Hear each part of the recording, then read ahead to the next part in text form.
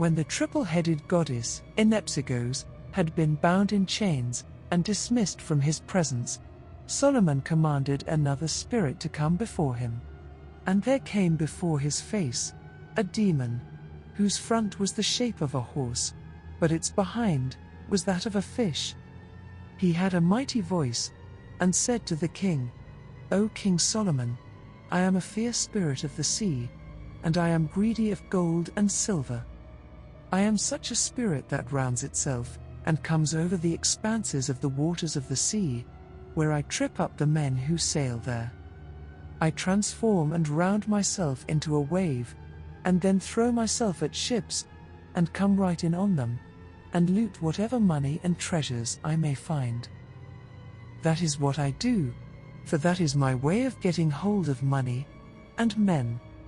But I am not covetous of men's bodies, for I have no use for them.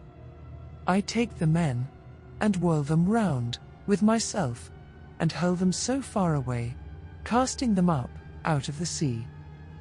But Beelzebul, ruler of the spirits of air, and of those under the earth, and lord of earthly ones, has a joint kingship with us, in respect that each one of us tell him of our deeds. Therefore I went up from the sea, to tell him of mine, only to be assaulted, by bringing me here. I also have another character and role. I transform myself into waves, and come up from the sea, and show myself to men, so that those on earth call me Kunospaston, because I assume a human form. As I pass up into men, I send forth a certain nausea, causing them to be seasick. I came then to take counsel with the prince Beelzebul, and he bound me, and delivered me into your hands. And here I am, before you, because of this seal, and you now torment me. The waters of the sea sustain me. Behold now, in 2 or 3 days, the spirit that stands before you, and converses with you, will weaken and fail, because I have no water." And Solomon said to him, "Tell me by what angel you are frustrated."